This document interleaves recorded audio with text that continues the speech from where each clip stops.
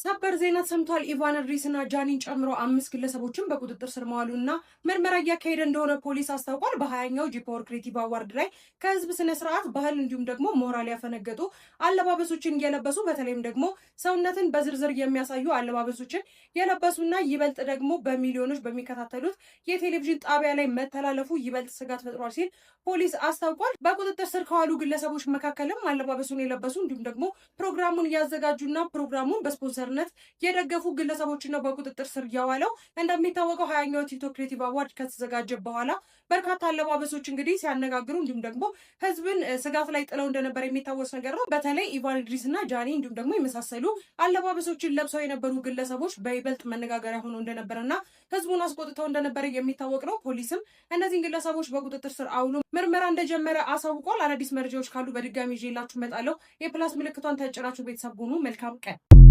ነገር እጅግ አነጋጋሪ ሆኗል። እንግዲህ እዚህ ምስሉ ላይ እንደምትመለከቱት ህዳር 26 ከ28 ድረስ በግሎሪ ኦፍ ጋድ ቲቪ ፕሮፌት ዘካሪያስ አማካኝነት እንግዲህ በጎንደር ከተማ በአፈንጋጭ አለባበሳቸው የታሰሩት ቲክቶከሮች የኢትዮጵያ ፌዴራል ፖሊስ በሶስተኛው የጂ-ፓወር ቲክቶክ ክሬቲቭ አዋርድ ላይ ከኢትዮጵያ ህዝብ ባህልና ስነ ምግባር ባፈነገጠ አኳኋን ሰውነታቸውን የገላለጠ አለባበስ ለብሰው በአደባባይና በቴሌቪዥን ቀጥታ ስርጭት ለህዝብ የታዩ ተጠርጣሪዎችን ከነግብረ አበሮቻቸው በቁጥጥር ስር አውዬ ምርመራና ማጣራት ጀምሬያለሁ ሲል አስታውቋል።